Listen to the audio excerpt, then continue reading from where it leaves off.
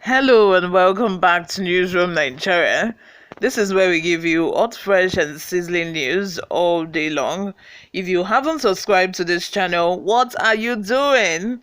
What are you doing on YouTube if you're not subscribed to Newsroom Nigeria? Please go right ahead to the subscribe button and click on it. Join this amazing community we have here. Turn on the post notification bell so that you can be the first person to get notified whenever we upload a new video. Help us grow this channel by giving this video a massive thumbs up so that it gets recommended to other YouTube viewers all around the world as well. Lastly, please leave your opinions in the comment section below. Without further ado, let's delve right into the details of today's news. Politics of bitterness. Senator Natasha denies access to late Ohinoyi's palace. The senator representing Kogi Central Senatorial District, Senator Natasha Akpoti-Uduaghan, was unexpectedly denied access to the palace of late Ohinoyi of Ebiraland, HRM, Dr. Ado Ibrahim, during a condolence visit to families of the late monarch on Saturday.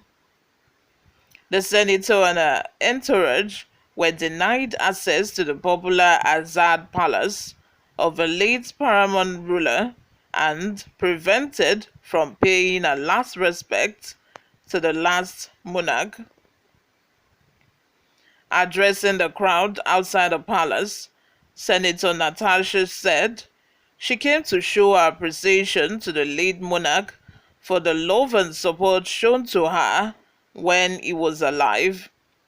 Our father was a pillar to this struggle right from the time of Ajaokuta's struggle. The development of Ebira land was all his concern. He was a peaceful man. The peace he preached will reign in Ebira land. Even though he's not with us today physically, he'll still be with us in spirit. He would have been happy to receive us.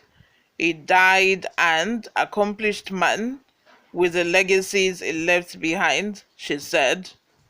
While praying for the soul of the late king to rest in peace, Senator Natasha promised to live up to what the king stood for in the Senate.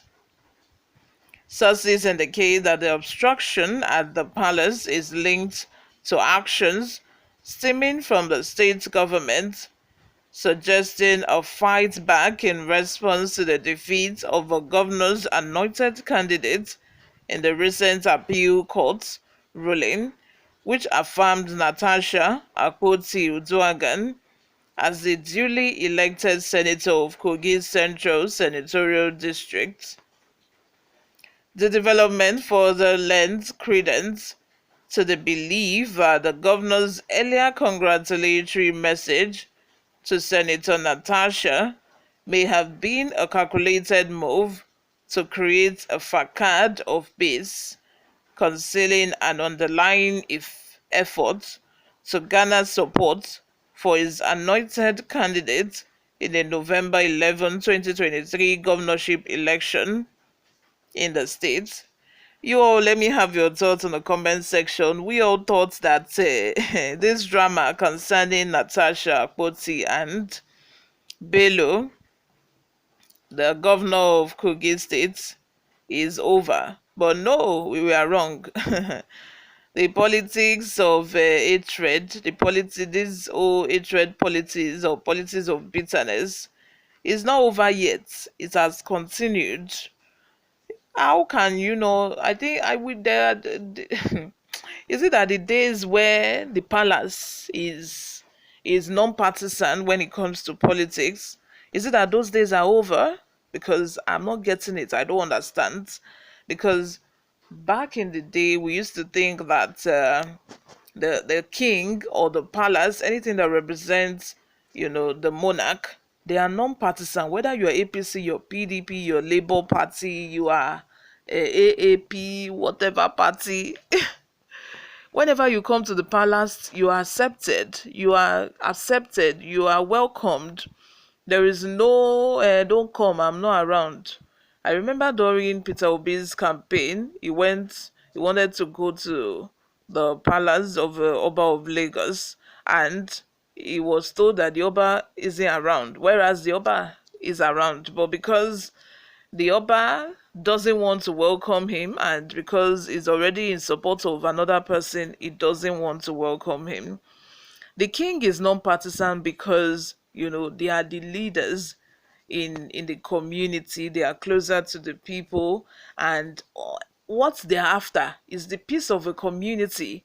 They're after the peace of a community. They are not partisan because they in their mind, whoever is going to be the one to favor the land will be the one to emerge eventually, whether you like it or not. So they are non-partisan. What they're after is the peace of the land, for people to do politics peacefully, and for there not to be any fight or disagreement. And when it comes to politics, if Obas start doing politics, there is no how. There will be fights, there will be disagreements if monarchs start involving themselves in politics, because it's just not going to work out. It's just not going to work out. But before we go, guys, lastly, let's take a look at some of the reactions we got online. Boros Sebastian says this is to show how Bello reduced Kogi into, and how hopefully this beautiful senator gives hope to the people of Ibira land. I said it in my video where I posted about the congratulatory message from Yaya Bello to Natasha. I said that the congratulation is not how heartfelt. It just purposely just put it out there so that people would not say that he's holding on to grudges or anything.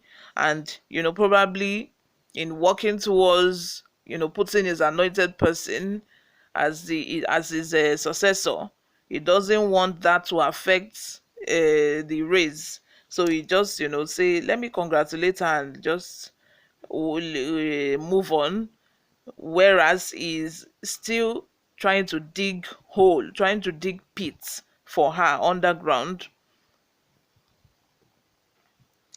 Mohammed Dauda says Senator Natasha could have chose a day with few selected members of her team for the condolence. Look at what this one is saying now.